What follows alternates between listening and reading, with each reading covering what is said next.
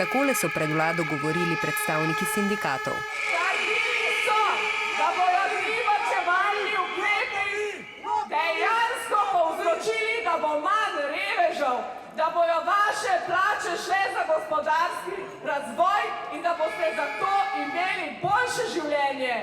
Ali ga imate?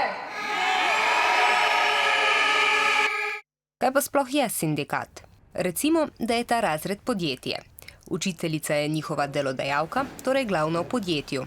Učenci pa so zaposleni in v podjetju delajo.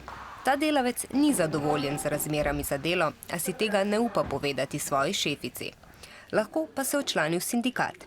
Sindikat prisluhne težavam delavca in mu jih skuša pomagati rešiti. Tudi tako, da se pogovori z delodajalcem.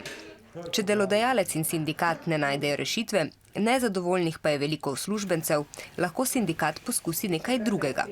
Stavko. Kaj pa je stavka?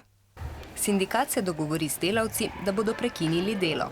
Če delavci ne delajo, delo ni opravljeno, zaradi česar ima delodajalec težave in tudi manj dobička. Stavko lahko delavci samo začasno prekinejo delo, lahko pa tudi stavkajo, dokler delodajalec njihovih zahtev ne upošteva in poišče rešitve, ki ustreza tudi delavcem. Kaj je to protestni shod? Če delavci niso zadovoljni z razmerami, v katerih delajo, se lahko odpravijo tudi na ulico in z množičnim in glasnim protestom opozorijo na vse, s čimer niso zadovoljni. Tako za njihove težave ne izve samo delodajalec, ampak tudi drugi.